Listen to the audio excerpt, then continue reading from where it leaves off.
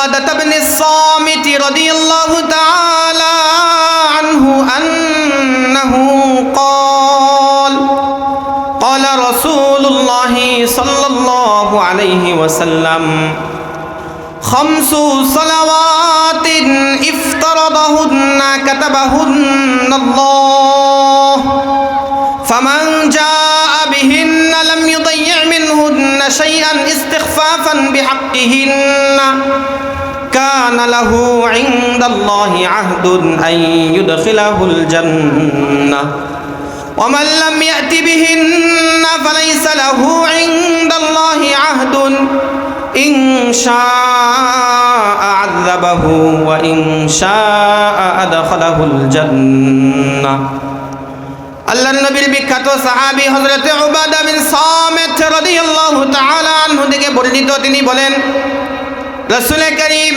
সাল্লাল্লাহু আলাইহি ওয়াসাল্লাম ইরশাদ ফরমান, 5 ওয়াক্ত নামাজ আল্লাহ তার বান্দা এবং বান্দীদের উপরে ফরজ করে দিয়েছেন।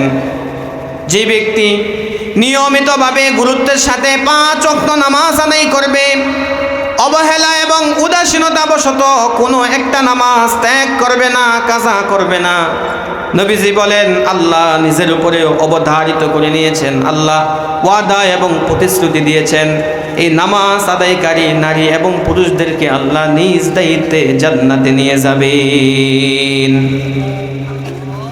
ومن لم يأت بهن فليس له عند الله عهد إن شاء عذبه وإن شاء أدخله الجنة। নবীজি বলেন যেই ব্যক্তি, যেই নারী এবং পুরুষ 5 ওয়াক্ত নামাজ ঠিকভাবে আদায় করবে না, তার জন্য আল্লাহর কাছে কোনো ওয়াদা নাই, প্রতিশ্রুতি নাই। আল্লাহ চাইলে তাকে শাস্তি দিবেন, আর চাইলে আল্লাহ নিজ দায়িত্বে তাকে জান্নাতে পৌঁছায়া দিবে। যেই বাবা এবং দাদারা 5 ওয়াক্ত নামাজ ঠিকভাবে আদায় করবে, আল্লাহ পাক রব্বুল আলামিন তার জিন্দেগিতে রিজিকের অভাব অনটন দূর করে দিবেন। আল্লাহ পাক রব্বুল আলামিন ওই নারী এবং পুরুষকে রিজিকের দুশ্চিন্তা এবং পেরেশানি থেকে মুক্ত করে দিবেন।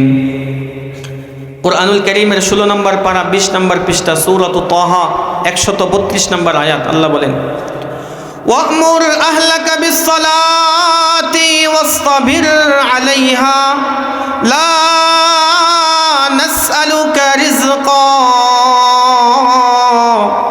নাহনু নারযুকুকা ওয়াল আকিবাতু লিত-তাকওয়া।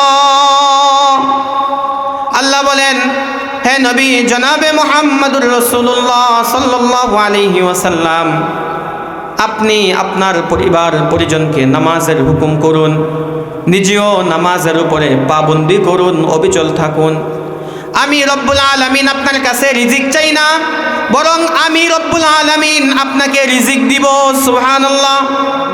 যে নারী এবং পুরুষ 5 ওয়াক্ত নামাজ আদায় করবে, যেই পরিবারের সদস্যগণ 5 ওয়াক্ত নামাজ আদায় করবে, আল্লাহ পাক রব্বুল আলামিন তাদের পরিবারের মধ্যে, ওই নারী এবং পুরুষের জীবনের মধ্যে রিজিকের সব ধরনের পেরেশানি থেকে মুক্ত একটা জীবন তাদেরকে নসিব করে দিবেন। মুআজ্জাজ থে হামিল কুরআন হোকর, ओ ज़माना मुअज़्ज़ज़ थे हामिल कुरआन होकर, और हम ज़लीलो ख़ार हुए तारिके कुरआन होकर। अल्लाहुम्मा सल्लि अला रूहि मुहम्मदिन फिल अरवाह वसल्लि अला जसदि मुहम्मदिन फिल अजसाद वसल्लि अला क़ब्रि मुहम्मदिन फिल क़ुबूर। अल्हम्दुलिल्लाह सुम्मा अल्हम्दुलिल्लाह। টুংরাপাড়া শখিনা নুরানিয়া হাফিজিয়া এতিমখানা মাদ্রাসা ও এলাকাবাসীর উদ্যোগে আয়োজিত বার্ষিক ইসলামী মহাসম্মেলনের স্বনামধন্য সভাপতি বন্ধুবর, প্রিয় ভাই হজরত মাওলানা মুফতি রেজাউল করিম সাহেব দামাত বারাকাতুহুমুল আলিয়া, সহসভাপতি হাফেজ মোহাম্মদ আল আমিন সাহেব দামাত বারাকাতুহুমুল আলিয়া, আজকের মাহফিলের প্রধান বক্তা, প্রধান অতিথি, প্রধান আলোচক, বন্ধুবর, প্রিয় বড় ভাই মুফতি আশিকুর রহমান নোমানী সাহেব দামাত বারাকাতুহুমুল আলিয়া সহ দিগার উলামায়ে কেরাম, আমার সামনে উপবিষ্ট দিন প্রাণ, ধর্মপ্রাণ, দিন দরদি মুসলমান ভাই ও বন্ধুগণ, সমবয়সী বন্ধুরা, স্নেহের ছোট ভাইয়েরা, পর্দার অন্তলালে অবস্থানরত সম্মানিতা মা ও বোনেরা, সর্বপ্রথম মহান মহিয়ান গরিয়ান আহকামুল হাকিমিন আহসানুল খালিকিন আল্লাহ সুবহানাহু ওয়া তাআলার দরবারে শুকরিয়া আদায় করছি যে মহান রব্বুল আলামিন আমাদেরকে জান্নাতের এই পরিবেশে দীর্ঘ সময় ধরে অবস্থান করে দ্বীনি আলোচনা বলা এবং শোনার তৌফিক দান করেছেন। আলহামদুলিল্লাহ। লাখো কোটি দরুদ ও সালাম বর্ষিত হোক বিশ্ব মানবতার মুক্তির দূত আমার আপনার পেয়ারা নবী, বিশ্বনবী জনাবে মুহাম্মদুর রাসূলুল্লাহ সাল্লাল্লাহু আলাইহি ওয়াসাল্লামের প্রতি। সকলেই অন্তরের অন্তঃস্থল থেকে একবার পড়ি সাল্লাল্লাহু আলাইহি ওয়াসাল্লাম। সম্মানিত হাজিরিন, আলোচনা তো প্রধান বক্তা মুফতি আশিকুর রহমান নোমানী সাহেবী ইনশাল্লাহ করবেন। আমিও এটাই বিশ্বাস করি আপনারা তার জন্যই মনে মনে অপেক্ষা করছেন। উনি আসার আগ পর্যন্ত আমি ইনশাআল্লাহ আমার জন্য নির্ধারিত বিষয়ে কোরআন এবং সুন্নাহের আলোকে দু একটা কথা বলার জন্য চেষ্টা করব। আল্লাহ পাক আমাকে ইখলাসের সাথে বলার এবং আপনাদেরকে আমলের নিয়তে শোনার তৌফিক নসিব করুন। সকলেই বলি আমিন। আমাকে যেই বিষয়টা সম্পর্কে কথা বলার জন্য নির্দেশ দেওয়া হয়েছে তা হলো নামাজ। নামাজ সম্পর্কে কথা বলতে আমাকে আদেশ করা হয়েছে। নামাজ সম্পর্কে কিছু কথা ইনশাল্লাহ বলবো, কোনো ভূমিকা ছাড়াই মূল আলোচনার ভিতরে চলে যাচ্ছি। নামাজ সম্পর্কে প্রথম কথাটা হলো আমাদের মুসলমানদের জন্য, নারী এবং পুরুষদের জন্য, ঈমানওয়ালা নারী এবং পুরুষদের জন্য ঈমানের পরে, ইসলাম গ্রহণ করার পরে সবচেয়ে গুরুত্বপূর্ণ, সবচেয়ে শ্রেষ্ঠ এবং দামি ইবাদত হলো নামাজ। ঈমানের পরে সবচেয়ে দামি এবং গুরুত্বপূর্ণ আমল এবং ইবাদত নামাজ। মুসনাদে আহমদ ইবনে হাম্বল কিতাবের 6022 নম্বর হাদিসের বর্ণনা। وعن ابن عمر رضي الله تعالى عنهما أنه قال قال رسول الله صلى الله عليه وسلم بني الإسلام على خمس شهادة أن لا إله إلا الله وأن محمدا رسول الله وإقام الصلاة وإيتاء الزكاة وصوم رمضان والحج। আল্লাহর নবীর প্রিয়তম সাহাবী হযরতে আব্দুল্লাহ বিন ওমর রাদিয়াল্লাহু তাআলা আনহুমা থেকে বর্ণিত, রাসূল করিম সাল্লাল্লাহু আলাইহি ওয়াসাল্লাম ইরশাদ ফরমান, ইসলামের ভিত্তি হলো 5টি জিনিসের উপর। 1 নাম্বার লা ইলাহা ইল্লাল্লাহ মুহাম্মাদুর রাসূলুল্লাহ এর সাক্ষ্য প্রদান করা। ইসলামের দ্বিতীয় ভিত্তি হলো নামাজ আদায় করা। ইসলামের তৃতীয় বুনিয়াদ এবং ভিত্তি হলো যাকাত প্রদান করা। ইসলামের চতুর্থ স্তম্ভ হলো রোজা পালন করা। ইসলামের পঞ্চম খুঁটি এবং স্তম্ভ হলো বাইতুল্লাহ শরীফের জিয়ারত করা, হজ করা।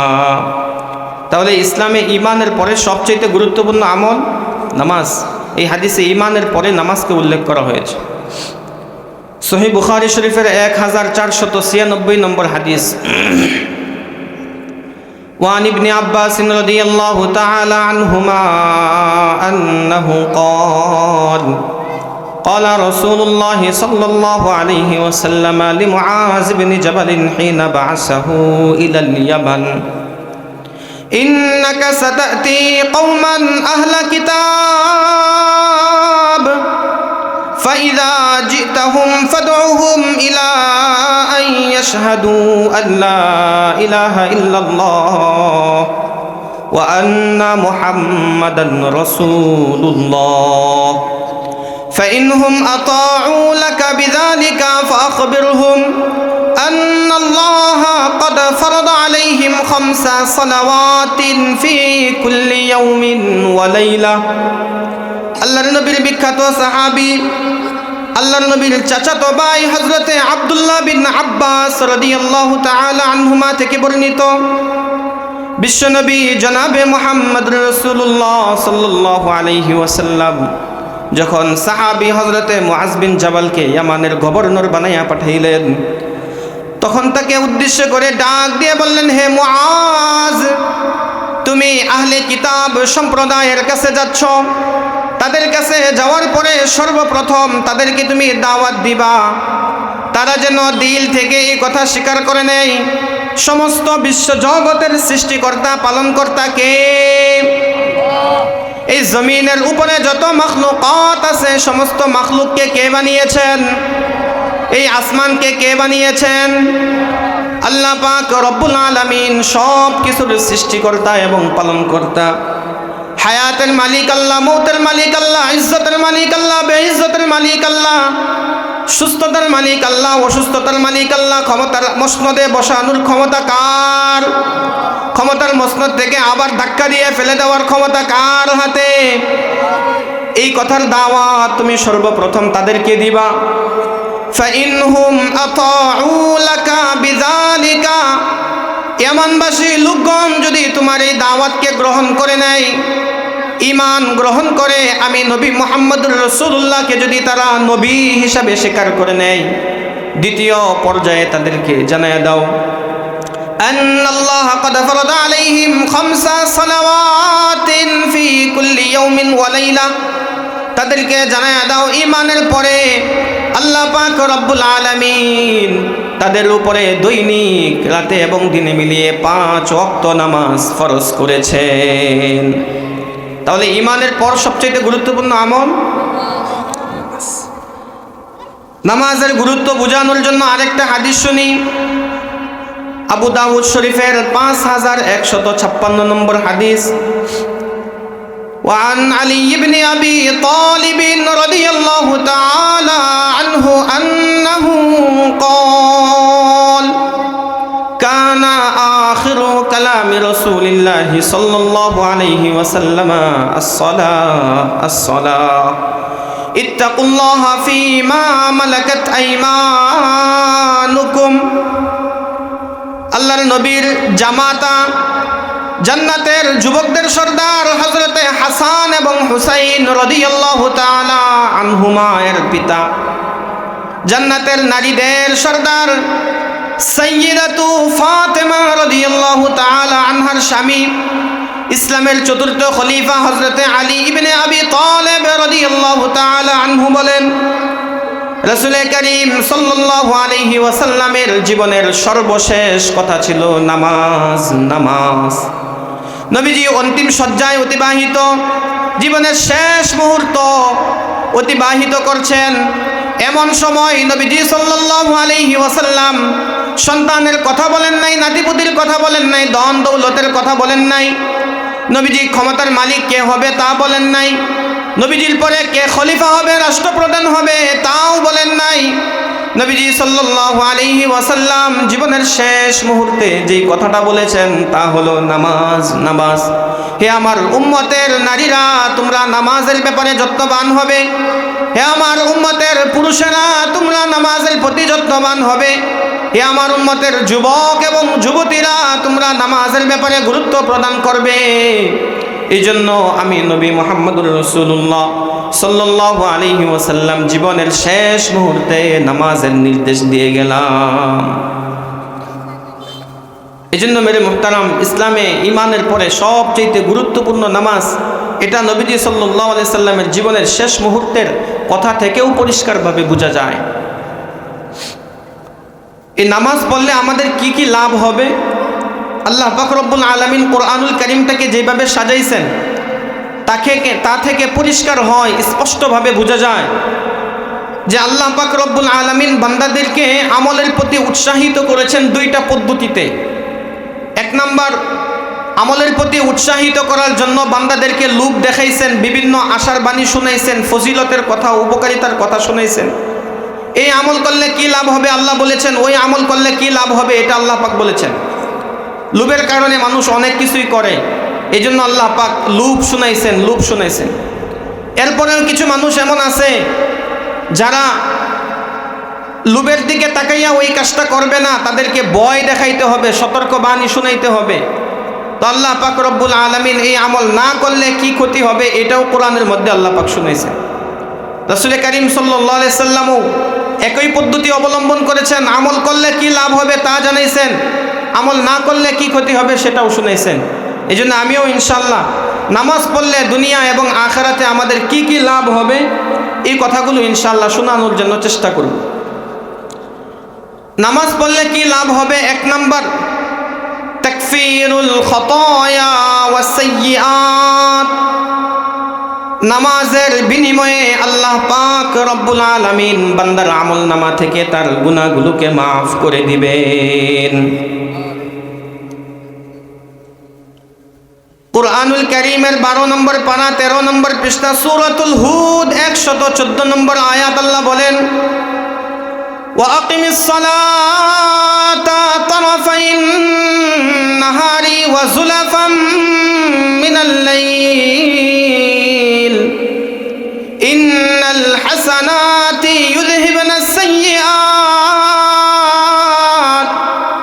যালিকা যিকরা লিযযাকিরিন। আল্লাহ বলেন, হে নবী জনাবে মুহাম্মদুর রাসূলুল্লাহ সাল্লাল্লাহু আলাইহি ওয়াসাল্লাম, আপনি দিনের উভয় প্রান্তে ফজর এবং আসরের কোন মুহাদ্দিসের মতে ফজর এবং মাগরিবের নামাজ আদায় করুন। রাতের কিছু অংশে তথা ইশার নামাজ আদায় করুন। আমি রব্বুল আলামিন ঘোষণা দিচ্ছি, আপনার এই সমস্ত আমালের বিনিময়ে আমি রব্বুল আলামিন আপনার আমলনামায় থাকা সমস্ত গুনাহগুলোকে মাফ করে দিব। নবীজির আমলনামার মধ্যে অনেক গুনাহ ছিল। নবীজি বেগুনাহ ছিলেন, বেগুনাহ মাসুম ছিলেন, তার আমলনামার মধ্যে কোনো গুনাহ ছিল না। আল্লাহ পাক রব্বুল আলামিন নবীজিকে নির্দেশ দিয়েছেন, আপনি দিনের 2 প্রান্তে এবং রাতের কিছু অংশে নামাজ আদায় করুন। আমি রব্বুল আলামিন আপনার জীবনের সকল গুনাহগুলোকে মাফ করে দিব। উদ্দেশ্য হলাম আমরা আমাদেরকে আল্লাহ বুঝাইতেছেন নবীজির আমলনামায় কোনো গুনাহ নাই, কোনো পাপ নাই, পঙ্কিলতা নাই।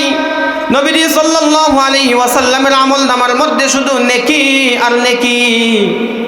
তারপরও নবীজিকে বলা হচ্ছে, এর দ্বারা উদ্দেশ্য হলো উম্মত যদি 5 ওয়াক্ত নামাজ আদায় করে, উম্মতের আমলনামার মধ্যে গুনাহ আছে, আল্লাহ পাক রব্বুল আলামিন এর উসিলায় উম্মতের আমলের সকল গুনাহগুলোকে মাফ করে দিবেন। সহিহ মুসলিম শরীফের 440 নম্বর হাদিস, وعن أبي هريرة رضي الله تعالى عنه أن رسول الله صلى الله عليه وسلم كان يقول الصلوات الخمس والجمعة إلى الجمعة ورمضان إلى رمضان مكفرات ما بينهن إذا اجتنب الكبائر। আল্লাহর নবীর বিখ্যাত সাহাবী হযরতে আবু হুরায়রা রাদিয়াল্লাহু তাআলা আনহু বলেন, রাসূল করিম সাল্লাল্লাহু আলাইহি ওয়াসাল্লাম ইরশাদ ফরমান, 5 ওয়াক্ত নামাজ এক জুমা থেকে আরেক জুমা, এক রমজান থেকে আরেক রমজান, যেই ব্যক্তি ঠিকভাবে 5 ওয়াক্ত নামাজ আদায় করবে।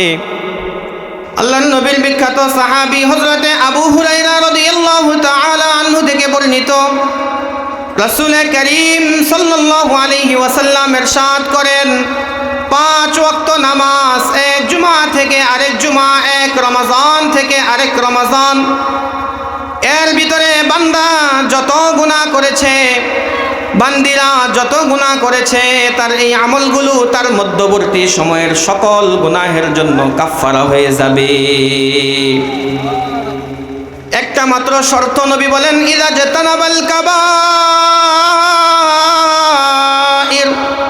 শর্ত হলো বান্দা বান্দি যদি কবিরা গুনাহ থেকে বেঁচে থাকে, কবিরা গুনাহগুলো পরিহার করে করে চলে, নামাজের বিনিময়ে আল্লাহ পাক রব্বুল আলামিন বান্দা বান্দির জীবনের সকল গুনাহগুলোকে মাফ করে দিবেন।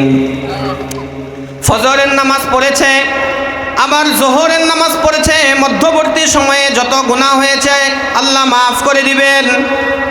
জোহর পড়েছে, আবার আসর পড়েছে, মধ্যবর্তী সময়ে যত গুনাহ হয়েছে আল্লাহ মাফ করে দিবেন।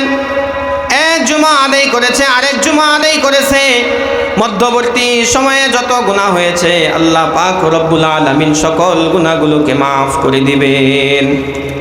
এক রমজানের রোজাগুলো পালন করেছে, পরবর্তী রমজান পর্যন্ত হায়াত পেয়েছে, ওই রমজানের রোজাগুলো পালন করেছে। আল্লাহ পাক রব্বুল আলামিন মধ্যবর্তী এক বৎসরে যত সগীরা গুনাহ হয়েছে বান্দা বান্দির আমলনামা থেকে সকল সগীরা গুনাহগুলোকে মাফ করে দিবেন। শর্ত হলো কবিরা গুনাহ থেকে বেঁচে থাকা।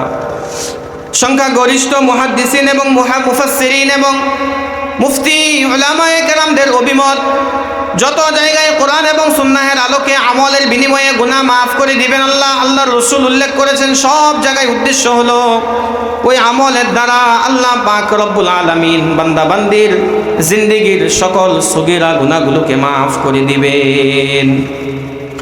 কুরআনুল কারীমের 5 নম্বর পারা 2 নম্বর পৃষ্ঠা সূরাতুন নিসা 31 নম্বর আয়াত আল্লাহ বলেন, ইন তাজতানিবু কাবাইর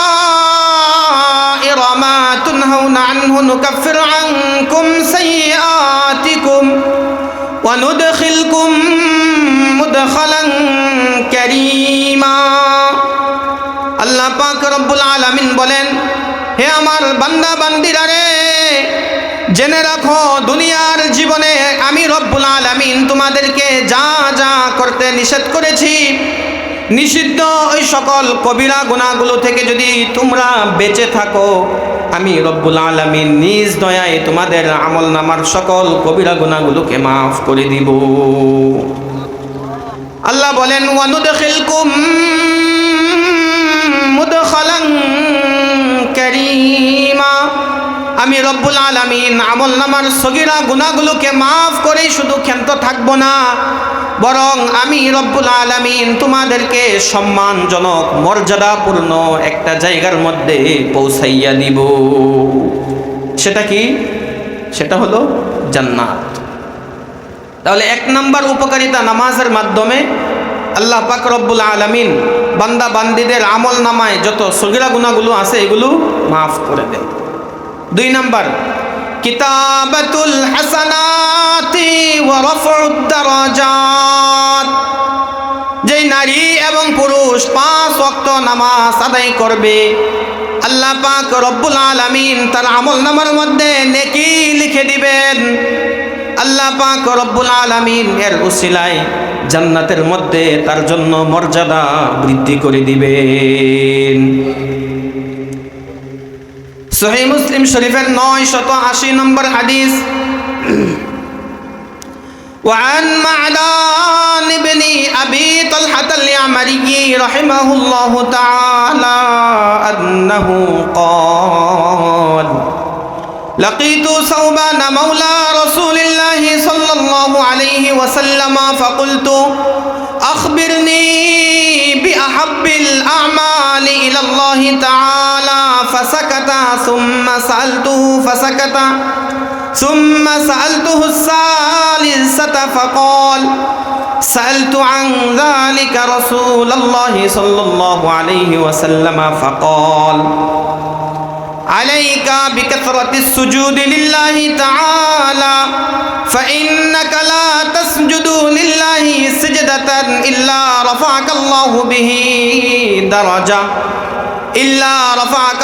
بها درجة وحط عنك بها خطيئة। বিখ্যাত তাবেঈ হযরত মাদান বিন আবু তালহা ইয়ামারি রাহমাতুল্লাহি আলাইহি বলেন, আমি একবার আল্লাহর নবী সাল্লাল্লাহু আলাইহি ওয়াসাল্লামের আযাদকৃত দাস হযরতে সাওবান রাদিয়াল্লাহু তাআলা আনহুর সঙ্গে সাক্ষাৎ করলাম। আমি তাকে বললাম, আখবিরনি বিআহাব্বিল আমালি ইলাল্লাহি তাআলা, হে সাওবান, আল্লাহর কাছে সবচেয়ে প্রিয় আমল কোনটা আমাকে জানায়া দাও, বলে দাও। কি জানতে চাইলেন? আল্লাহর কাছে সবচেয়ে প্রিয় আমল কোনটা আমাকে জানায়া দাও। তিনি নীরবতা অবলম্বন করলেন। আমি আবারও জিজ্ঞেস করলাম, আল্লাহর কাছে সবচেয়ে প্রিয় আমল কোনটা আমাকে বলে দাও। এবারেও তিনি চুপ থাকলেন। আবারও জিজ্ঞাসা করলাম। এবার তিনি বলেন, আমি নবী মুহাম্মদুর রাসূলুল্লাহ সাল্লাল্লাহু আলাইহি ওয়াসাল্লামকে এই ব্যাপারে জিজ্ঞেস করেছি, আল্লাহর কাছে সবচেয়ে প্রিয় আমল কোনটা। নবীজি সাল্লাল্লাহু আলাইহি ওয়াসাল্লাম উত্তরে বলেছেন, আলাইকা বিকাসরাতিস সুজুদি লিল্লাহি তাআলা। হে সাওবান, আল্লাহর কাছে সবচেয়ে প্রিয় আমল হলো তুমি বেশি বেশি পরিমাণে আল্লাহর সন্তুষ্টির জন্য সিজদা করবে, নামাজ আদায় করবে। এটা আল্লাহর কাছে সবচেয়ে প্রিয় আমল। বিনিময় স্বরূপ আল্লাহ কি দিবেন? নবীজি বলেন, فإنك لا تسجد لله سجدة إلا رفعك الله بها درجة وحط عنك بها خطيئة। আল্লাহর নবী বলেন, হে সাওবান, তুমি যতবার আল্লাহর সন্তুষ্টির জন্য সিজদা করবে, আল্লাহ পাক রব্বুল আলামিন তোমার প্রত্যেক সিজদার বিনিময়ে জান্নাতের মধ্যে তোমার মর্যাদা বাড়াইয়া দিবে। তুমি যতবার আল্লাহর সন্তুষ্টির জন্য আল্লাহর কুদরতি পায়ের মধ্যে সিজদা দিবে, আল্লাহ পাক রব্বুল আলামিন এর উসিলায় তোমার আমলনামা থেকে গুনাহগুলোকে ডিলিট করে দিবে। তাহলে 2 নাম্বার, যারা নামাজ পড়বে আল্লাহ পাক রব্বুল আলামিন তার আমলনামায় নেকি লিখবেন আর জান্নাতের মধ্যে তার মর্যাদা এবং সম্মান বাড়ায় দিবেন। 3 নাম্বার, আসসালাতু সাবাবু দুখুলিল জান্নাহ। যেই সমস্ত নারী এবং পুরুষগণ নিয়মিত নামাজ আদায় করবে, এই নামাজ কাল কিয়ামতের ময়দানে তার জান্নাতে যাওয়ার কারণ হয়ে দাঁড়াবে। সুনানে আবু দাউদ শরীফের 2140 নম্বর হাদিসের বর্ণনা। সুনানে আবু দাউদ শরীফ। وعن عبادة بن الصامت رضي الله تعالى عنه أنه قال قال رسول الله صلى الله عليه وسلم خمس صلوات افترضهن كتبهن الله فمن جاء بهن لم يضيع منهن شيئا استخفافا بحقهن كان له عند الله عهد أن يدخله الجنة ومن لم يأت بهن فليس له عند الله عهد إن شاء عذبه وإن شاء أدخله الجنة। আল্লাহর নবীর বিখ্যাত সাহাবী হযরত উবাদা বিন সামিত রাদিয়াল্লাহু তাআলা আনহু থেকে বর্ণিত, তিনি বলেন, রাসূল করিম সাল্লাল্লাহু আলাইহি ওয়াসাল্লাম ইরশাদ ফরমান, 5 ওয়াক্ত নামাজ আল্লাহ তার বান্দা এবং বান্দীদের উপরে ফরজ করে দিয়েছেন। যে ব্যক্তি নিয়মিতভাবে গুরুত্বের সাথে 5 ওয়াক্ত নামাজ আদায় করবে, অবহেলা এবং উদাসীনতা বশত কোনো একটা নামাজ ত্যাগ করবে না, কাজা করবে না, নবীজি বলেন আল্লাহ নিজের উপরে অবধারিত করে নিয়েছেন, আল্লাহ ওয়াদা এবং প্রতিশ্রুতি দিয়েছেন, এই নামাজ আদায়কারী নারী এবং পুরুষদেরকে আল্লাহ নিজ দায়িত্বে জান্নাতে নিয়ে যাবেন। ওয়ামান লাম ইয়াতি বিহিন্না ফালাইসা লাহু ইনদাল্লাহি আহদুন ইন শাআ আযাবাহু ওয়া ইন শাআ আদখালাহুল জান্নাহ। নবীজি বলেন, যেই ব্যক্তি, যেই নারী এবং পুরুষ 5 ওয়াক্ত নামাজ ঠিকভাবে আদায় করবে না, তার জন্য আল্লাহর কাছে কোনো ওয়াদা নাই, প্রতিশ্রুতি নাই।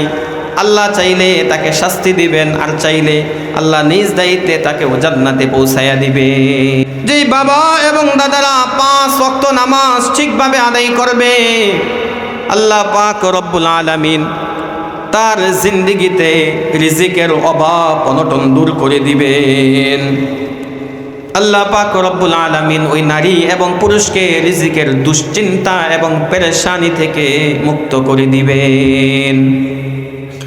কুরআনুল কারীমের 16 নম্বর পারা 20 নম্বর পৃষ্ঠা সূরাত তাহা 132 নম্বর আয়াত আল্লাহ বলেন, ওয়া'মুর আহলাকা বিস-সালাতি ওয়াসতাবির আলাইহা লা নাসআলুকা রিজকা নাহনু নারযুকুকা ওয়াল আকিবাতু লিত-তাকওয়া। আল্লাহ বলেন, হে নবী জনাবে মুহাম্মদুর রাসূলুল্লাহ সাল্লাল্লাহু আলাইহি ওয়াসাল্লাম, আপনি আপনার পরিবার পরিজনকে নামাজের হুকুম করুন, নিজেও নামাজের উপরে পাবন্দি করুন, অবিচল থাকুন। আমি রব্বুল আলামিন আপনার কাছে রিজিক চাই না, বরং আমি রব্বুল আলামিন আপনাকে রিজিক দিব। সুবহানাল্লাহ। যে নারী এবং পুরুষ 5 ওয়াক্ত নামাজ আদায় করবে, যেই পরিবারের সদস্যগণ 5 ওয়াক্ত নামাজ আদায় করবে, আল্লাহ পাক রব্বুল আলামিন তাদের পরিবারের মধ্যে, ওই নারী এবং পুরুষের জীবনের মধ্যে রিজিকের সব ধরনের পেরেশানি থেকে মুক্ত একটা জীবন তাদেরকে নসিব করে দিবেন। নামাজের 5 নাম্বার উপকারিতা হলো আস-সালাতু ফি নাফসিহা নূরুন। নামাজ একটা জ্যোতি, উজ্জ্বল একটা জ্যোতি। সহিহ মুসলিম শরীফের 422 নম্বর হাদিসের বর্ণনা, وعن أبي مالك الأشعري رضي الله تعالى عنه أنه قال قال رسول الله صلى الله عليه وسلم الطهور شطر الإيمان والحمد لله تملأ الميزان وسبحان الله والحمد لله تملأان أو قال تملأ ما بين السماوات والأرض والصلاة نور والصدقة برهان والصبر ضياء كل الناس يغدو فبايع نفسه فمعتقها أو موبقها। আল্লাহর নবীর বিখ্যাত সাহাবী হযরতে আবু মালিক আশআরী রাদিয়াল্লাহু তাআলা আনহু থেকে বর্ণিত, রাসূল করিম সাল্লাল্লাহু আলাইহি ওয়াসাল্লাম ইরশাদ করেন, পবিত্রতা ঈমানের অর্ধেক। যে ব্যক্তি পবিত্রতা অবলম্বন করলো, সে ঈমানের অর্ধেক তার জীবনের মধ্যে বাস্তবায়ন করে ফেললো। নবীজি বলেন, ওয়ালহামদুলিল্লাহি তামলাউল মিজান। আলহামদুলিল্লাহ মিজানের পাল্লাকে পরিপূর্ণ করে দিবে। যেই ব্যক্তি একবার আলহামদুলিল্লাহ পড়বে, আল্লাহ পাক রব্বুল আলামিন এই আলহামদুলিল্লাহর বিনিময়ে এত নেকি, তো সব দান করবেন, মিজানের দাড়ি এবং পাল্লাটা নেকি দ্বারা পূর্ণ হয়ে যাবে। নবীজি বলেন, ওয়া সুবহানাল্লাহি ওয়ালহামদুলিল্লাহি তামলাআনে আও ক্বালা তামলাউ মা বাইনাস সামাওয়াতি ওয়াল আরদ। যেই ব্যক্তি একবার সুবহানাল্লাহ এবং আলহামদুলিল্লাহ বলবে, আল্লাহ পাক রব্বুল আলামিন সুবহানাল্লাহ এবং আলহামদুলিল্লাহর বিনিময়ে এত এত নেকি দান করবেন, যেই নেকির দ্বারা আসমান এবং জমিনের মধ্যবর্তী এই শূন্যস্থান নেকি দ্বারা পূর্ণ হয়ে যাবে। নবীজি বলেন, ওয়াস-সালাতু নূরুন। নামাজ জ্যোতি, ওয়াজ-যাকাতু বুরহান। যাকাত এবং সাদাকা, দান সাদাকা, এগুলো হলো বান্দার জন্য দলিল স্বরূপ। ওয়াস-সাবরু দিয়াউন। ধৈর্য ধারণ জ্যোতির্ময় একটা বস্তু। ওয়াল কুরআনু হুজ্জাতুন লাকা ওয়া আলাইকা।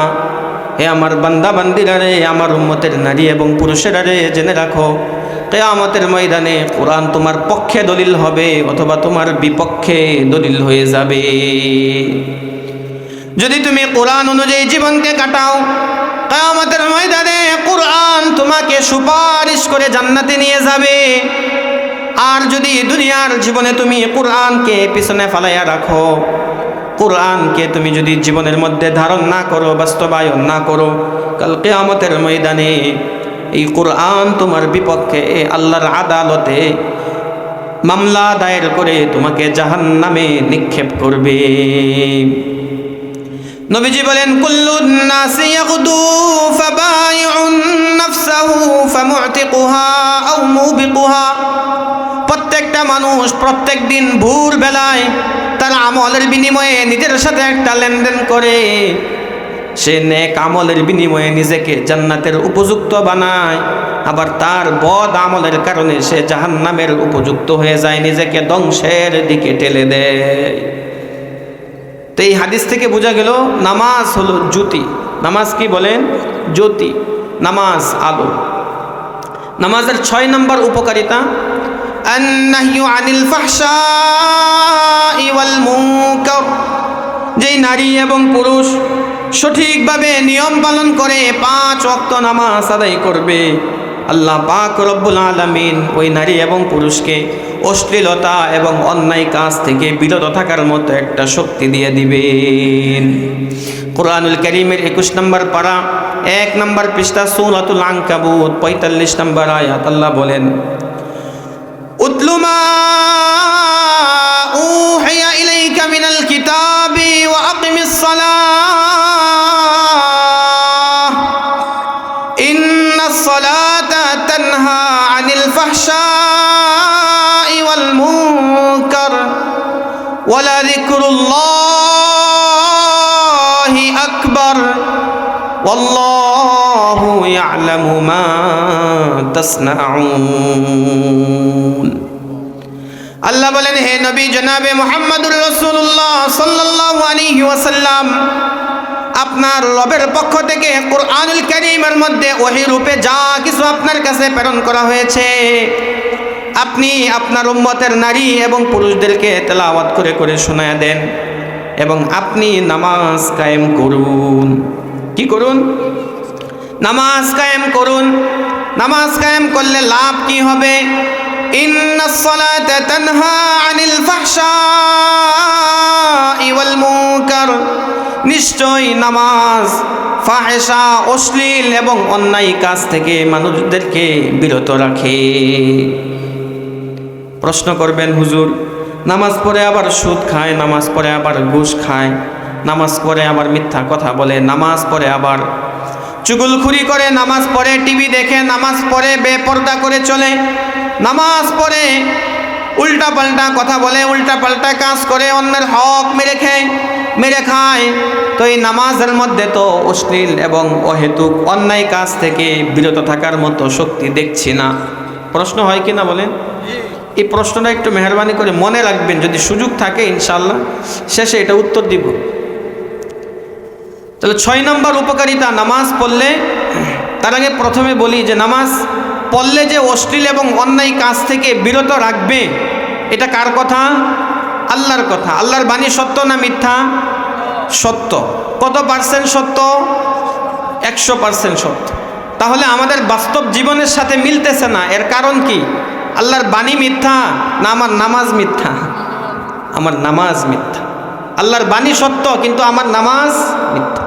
যেভাবে নামাজ আদায় করলে মানুষদেরকে অন্যায় অপরাধ থেকে বিরত রাখবে নামাজটা, আমরা সেভাবে নামাজটা আদায় করতে পারতেছি। এই জন্য আমাদের নামাজ আমাদেরকে অন্যায় অপকর্ম থেকে বিরত রাখে না।